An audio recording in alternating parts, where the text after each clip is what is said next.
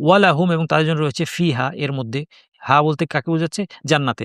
জান্নাতে তাদের জন্য কি হচ্ছে? আজওয়াজ, জাওজুনের প্লুরাল, আজওয়াজ মুতাহহারা মানে পবিত্র। এটা স্ত্রীবাচক শব্দ এসেছে, এখানে স্ত্রীদের কথা বলা হচ্ছে। তাদের জন্য সেখানে থাকবে পবিত্র সঙ্গিনীরা। দেখেন জান্নাতে যারা পুরুষ তাদের সঙ্গিনী থাকবে, আর যে মহিলারা জান্নাতে যাবেন তাদেরও সঙ্গী থাকবে। এটা নিয়ে কোনো দ্বিধা নাই। কিন্তু এখানে আজওয়াজ বলতে সঙ্গিনী বোঝানো হয়েছে। অনেকে এই জায়গায় ভুল করেছেন। তারা অল্প-স্বল্প ভাষা শেখার কারণে তারা মনে করেছেন যে জৌজ শব্দটা এটা আরবিতে পুরুষ স্ত্রী দুজনের প্রযুক্ত হয়।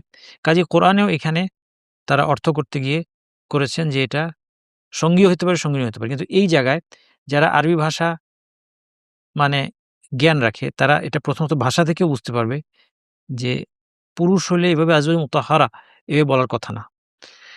উপরন্তু আমরা যেটা আমাদের মেথোডোলজি যে আমরা সালাফরা কি বলেছেন সেই তাফসীরে যদি যাই, সবাই আপনি যদি মাসুদ তাফসীর মাসুরের মধ্যে যান যেখানে সাহাবী, তাবিঈদের তাফসীর করবেন, সবাই এখানে বলছেন এখানে জান্নাতে স্ত্রীদের কথা বলা হচ্ছে, জান্নাতের সঙ্গিনীদের কথা বলা হচ্ছে।